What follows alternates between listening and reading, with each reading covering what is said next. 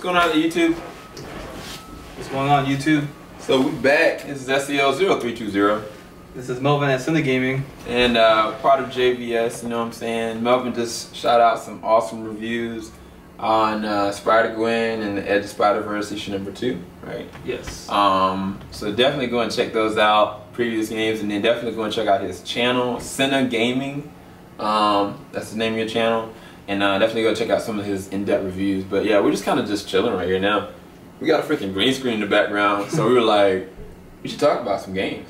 Like, why not? You know, or at least comic books. I was talking to him, and we got kind of like a Marvel pamphlet that actually shows like Iron Man, like Incredible Iron Man that's about to be coming out. And I actually like the design of it. I think it looks really unique, but it's really subtle. But one of the things I'm having a problem with is the brand new Avengers. I don't know. See, I'll put it in the back for so y'all can kind of see up there what it looks like. But the all new different Avengers. So Spider-Gwen is a part of that, which is cool. But then you got Spider-Man, Peter Parker, Miles Morales is now in this universe. Thor, that's the female Thor, which I think that ended up being Natalie Portman's character. What was her name? Do you remember in the Thor? I know what you're talking about. I forget her name. I don't know the name. Steve Rogers is really old. Then you got Vision. And I don't know who these other people. I think that's Miss Marvel. Ant-Man's at the bottom. Agent Coulson. And then Black Panther, which make up the all new, all different Avengers. Wait, so who's the man in the middle? That's Tony Stark, I assume. Okay. I hope so. But then you got a whole different section of that, and I don't even know who these characters are because it looks like Dr. Doom is randomly here. Thing is here. I swear that that's Nuclear Man from Superman. Oh. Then you got X-23, who's gonna be the new Wolverine. But then you got Old Man Logan in here. Old Man Logan, that's a whole different alternate series. That's a different timeline. So I think that after the Secret Wars, I think that there was a time jump or some kind of like shifting of different stuff because I see Star-Lord in this. And what? Is that Doctor Strange? It is Doctor Strange. He's got an axe. That's freaking awesome, actually. Okay, the Human Torch is supposed to be dead, so I don't know who this is. Then you got Daredevil. You got Rocket over here. I don't know who this Patriot dude is or this chick that's up there, but I don't know how I think about this. I really don't. I don't know if I like it at all. But I was wanting to bring it up to you. What did you think? What do you think about some of the looks of these? Yeah, it is Tony. I don't know what to say, to be honest. Oh man. I mean, this Alex Ross like picture of issue #1 looks. It might throw people off, like you know, just forget this. This is just way too much. It's just, yeah. So much change. Yeah. Yeah, I don't know. Some surgery requires a scalpel, some an axe. What? I think for, I mean, I don't doubt Marvel, so I'm sure they can make it great. It just, I mean, I don't know how I feel about it. Yeah. I'm used to seeing the characters that I'm seeing right now in the movies, and you know, the Thor that I know, the Hulk. Yeah. I don't know, man. So yeah, it's kind of a lot to take in. Yeah. But I will say this though. I mean, it's cool having other characters in this, especially like having like Spider-Man having a new costume. I think this Amazing Spider-Man. You look at the top, we got a little like link of that. This Alex Ross picture looks amazing, yeah, and it looks like he's awesome. Like riding in something that's a hovercraft. I'm not sure if this takes place in the future or what. It looks like it though. But why does Peter have 2 girls on his side? It's weird. But what the heck? Is that Spider-Woman? Why is she pregnant? I don't know what's the deal with this joint. But Spider-Man #1 looks like it's featuring Miles Morales, which is really cool. So I'm happy for that. Then you got Spider-Gwen. She's getting another #1. And see, that's a whole nother problem right there. So we got Spider-Gwen that you just did a review for. And now we're getting another one. Is that going to be rebooting everything after the events of the Secret Wars? Or or what? You know, I really don't know. Oh man. Ooh, who is that? Oh snap! 2099 Spider-Man's costume was pretty legit. Got something called Web Warriors. Yeah, Spider-Pig. Is that the Arabian Spider-Man? That's the Noir Spider-Man. Spider-Woman. I don't know who that is. It's a lot of Spider-Mans. But I mean, this is just this random book. I don't even know when all these changes are going to be taking place. But I do know that, I don't know, I'm worried about it. Like, I like the look of the characters. I like the look of them. But what Marvel and DC are trying to do, like just adding new source material and just scrapping stuff, I mean, they don't have to reinvent the wheel, in my opinion. I feel like they can go and honestly present it in a way that we've never seen these characters before, but still keep them grounded in some kind of like semblance of a universe that we can relate to, you know? But what do you think, man? Do you think that this is a bad move on Marvel and DC side, or you think it might work? I honestly think it's a bad move. It seems like they're running out of ideas and they kind of just want to recycle. They're trying to create something fresh, something new, but at the same time, I think it's just causing just way too much confusion, if you ask me. Yeah. I am excited about this though. I was telling Melvin about this. Yeah, I mean, see, because that's original. It's like, okay, like that's something I can easily just pick up and read and understand what's going on and relate to. Yeah. So when you add totally new characters and just whole new faces to the names that we already know, it's kind of like, well, I have to start all over now. Like, yeah, what is this? It's like taking a show that you love and just taking it off the air.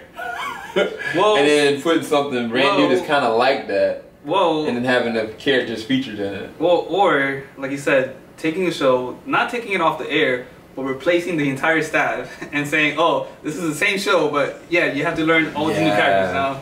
Yeah, it's true. And see, that happened. There's a show called The Misfits that's on Hulu. It's actually these kids. They have different powers. It's a really cool show. But then by about the third season, I looked at the preview of it, I was like, I don't know who the hell these people are. Like who are these people? And it's a whole new staff. I think it might have been one person I recognized and they were a sub-character. And after that, there was no series. It just went off the air. Yeah. And it's partially because they just took the characters and killed them off, or either removed them and just gave us new filler, essentially. But I mean, to have something like The Amazing Spider-Man #1 Renew Your Vows is a new series, basically where Peter Parker does have marriage with Mary Jane and is successful and they have a child. Like, this comic might be one of my favorites. I can't wait for Melvin to review this one. But I mean, yeah, like you said, like that's taking a character we already know and taking them in a different direction versus just adding somebody new and not, you know, giving any backdrop to how that happened. Springing us up or something. Yeah, I think once you have, because once they do that, now we have a whole set of new characters. I think once we have so many characters, like it just makes it impossible to keep up with. Yeah, yeah. Like, I mean, with the Spider-Verse alone, it's like 20, who knows how many different Spider-Mans. It's like, how am I going to keep up with all these guys? And yeah. When you replace the entire Avengers, it's the same thing. Yeah. It's like, I mean, I honestly don't even want to even look at it anymore. I just want to know or look at the Avengers that I already know. Mm-hmm. And that's just how I feel about it. Yeah, yeah. I mean, I'm feeling the same way. I mean, they might surprise us, but chances are people or else they're gonna be feeling the same exact way, and they're gonna go and like bring it back to how it was and redo it within like 2 years anyway. They did that with DC with the New 52. It basically revitalized it. It was great. Like, I love the New 52, but now they're scrapping it and trying to go back to a golden age and changing all this different stuff. But anyway, that's semantics. I ain't going to all that. But anyway, something fun to talk about. Gaming. Wait, before we get into that, and I'm just going to throw like a curveball in here. Uh-oh. What do you think about Heroes Reborn? Oh, snap. That's random. Okay, well, so let me start off with this one. I think Heroes was a great show. It was. Up until the third season. It had a lot of potential. But then the writer's strike. The writer's strike came up, and they had to basically cut the second season almost in half, and then they came back, and then the third season was AWOL because all the writers left, and then they had to kind of redo it, and the third season was the worst one ever, in my opinion. Like, but I feel like after that writer strike, the show dropped off. But no, go ahead. Yeah, the first season was amazing. Like that was my show. After seeing Heroes season 1, after even just hearing about Heroes and getting into it the first couple episodes, I was hooked. Like instantly, I was just hooked. Yeah. So season 1 ended. It was great. Season 2, I don't know what the heck was going on here. Season 2 and season 3 for me should have never been even created. Yeah. Season 4, I guess, kind of brought it back. Season 4 was pretty good. It was exciting. And then after that, I guess they figured, we're done. Yeah. So after I saw Heroes Reborn, I saw the trailer, I actually got really excited. I really hope, it doesn't look like it's a reboot. I'm not 100% sure. No, it's not. But I was really hoping that they would reboot the show and just start. But he's not even going to be back. So, I mean, him and Claire, she's not going to be back. Oh, wow. I don't think. I don't know. They haven't confirmed or not if she's going to be back or not. I don't see why she wouldn't be, considering her dad's going to be up there. But I don't know. I'm excited for it because it's a different direction. It's not like a reboot, thankfully. Thankfully? And yeah, because I mean, if it would have been a reboot, I feel like if they're doing a reboot, they can't have any of the same characters at all. It needs to be completely different. Yeah, that is true. Yeah. Like, I couldn't sit there and see, like, oh, what? This is a wannabe Claire? This is a wannabe Silent? No, hell no. They would have to be brand new characters. They'd have to be brand new scripts. Then it'd have to be a whole different direction of the show. And like, because these characters are so, even though the show didn't succeed on the latter end or the middle, it's still legendary. There's not a person that will ever forget Heroes. There's not a person that will ever forget Lost. Even though, like I said, like the way they ended and how they went is one different thing. I think that's the difference with some shows though. When you think about like Breaking Bad, it started strong, it progressed stronger, and it ended on a great note. It ended better than any series that you can ever think of. I can't think of too many series that were better than that. Yeah, Breaking Bad, I consider every single episode of Breaking Bad was entertaining. Like, I have never seen a show that has done that. Like, in every TV show or every series, there's always that one episode that kind of feels like it's a filler, it just drags on. Breaking Bad was just, from episode 1 all the way into the end, was exciting every single damn episode. Yeah, because every episode meant something. Every single episode, something would go down, and you're like, crap, he's going darker. Crap, somebody's dead. Crap, this Joker taking crack again. Crap. So, you know what I'm saying?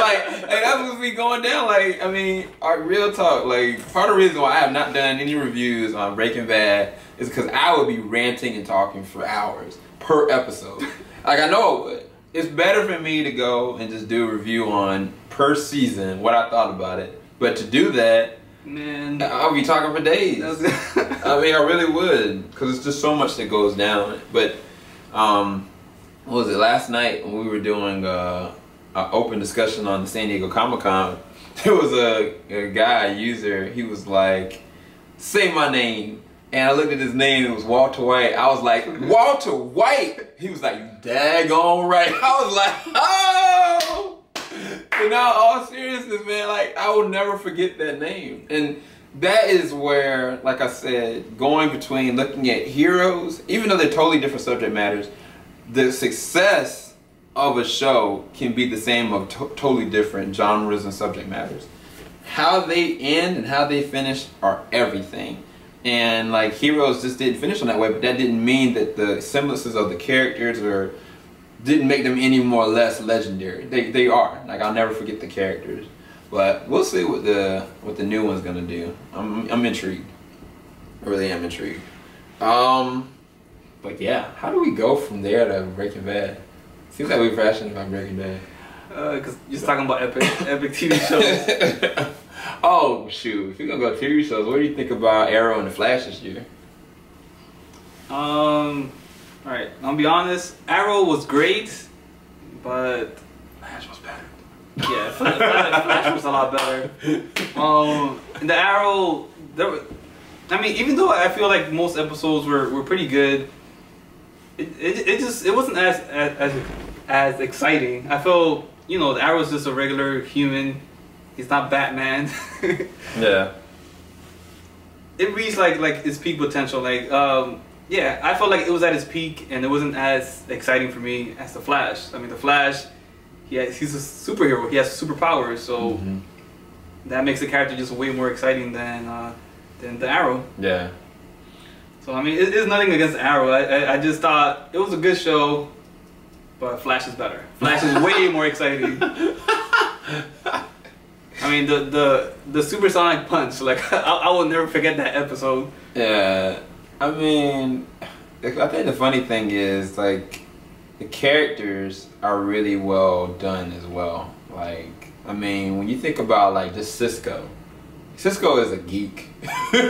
But yet, I can tune in every week and just hear Cisco rant on, like, in his geekiness and be okay with it, because I know that the actor that's playing it, he's in love with what he's doing. And the subject matter and how they got the characters evolving every episode, it means something. Like, I didn't know Cisco could fight, but I found out towards the end of the series. I didn't know that Cisco was eventually going to maybe be a hero later on, but I found out towards the end of the series. I didn't know Cisco was going to die, but the motherfucker got killed.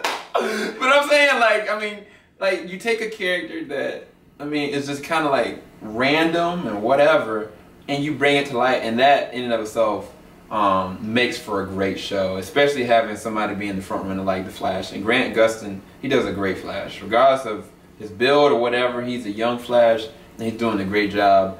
I think the Stephen Amell's Arrow series, I think that it was really good this season.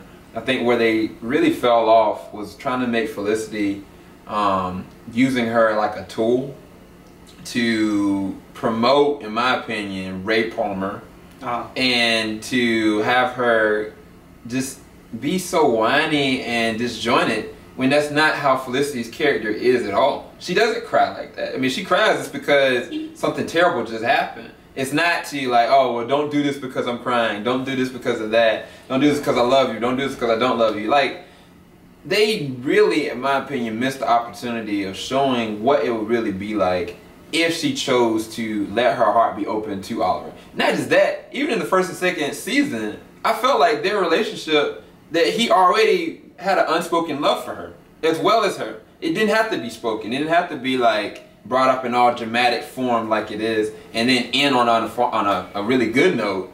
All that mess was filler because they wanted to promote Ray Palmer and for Legends of Tomorrow and for bridging the gap between the Arrow series. Because if they would have had a great relationship, all honesty, she wouldn't be going back and forth between seeing Flash or Ray. And so they used her like a tool, but they diminished her character. And I felt like that was the thing that they missed a step with in this season. Wow. Because all the rest of it, the action, what they did with Diggle, what they did with Thea, what they did with bringing Ra's al Ghul up, I mean, that was awesome.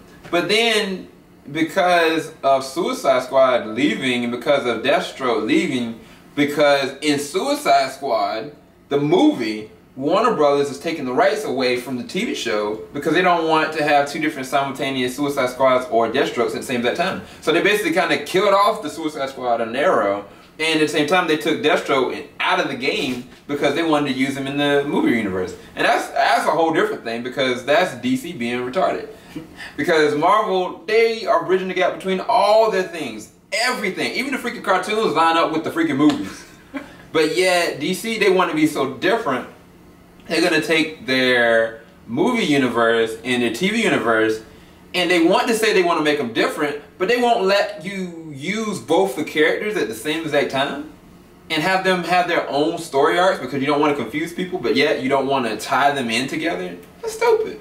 Like, at least let them have their own universe here, let you have your own Flash in this universe there.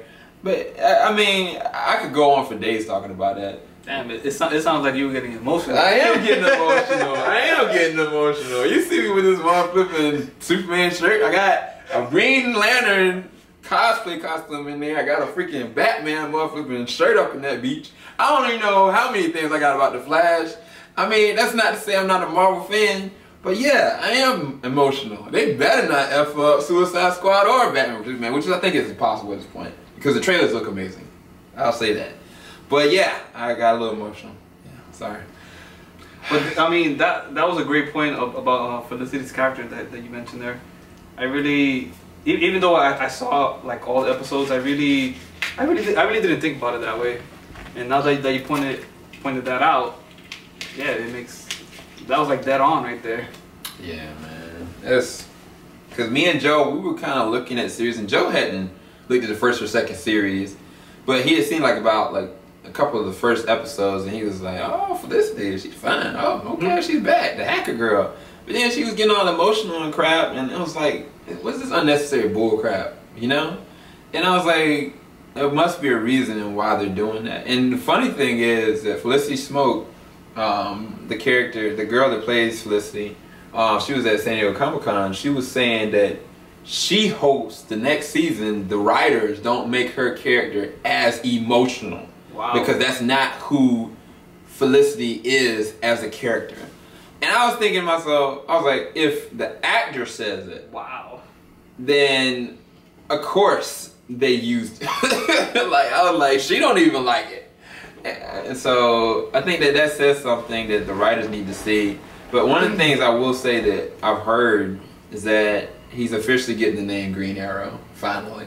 So it's not going to be Arrow anymore. Like, he's going to make his metamorphosis as being the Green Arrow, which is awesome because the Green Arrow is totally different than what Oliver Queen has been or what the Arrow has been. Oliver Queen is like cunning and funny and like quick-witted. Like, if you look at the old Justice League series, that's who Green Arrow is as a character. He's not just skilled.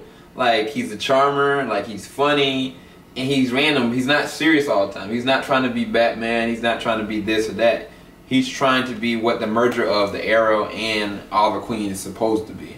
But now that Oliver's kind of found himself and his boo, maybe we're going to get like the Green Arrow that we've been waiting for. Maybe he's going to finally grow a freaking like goatee like he's supposed to and actually have his joint straight, but I don't know what they're going to do with that joint.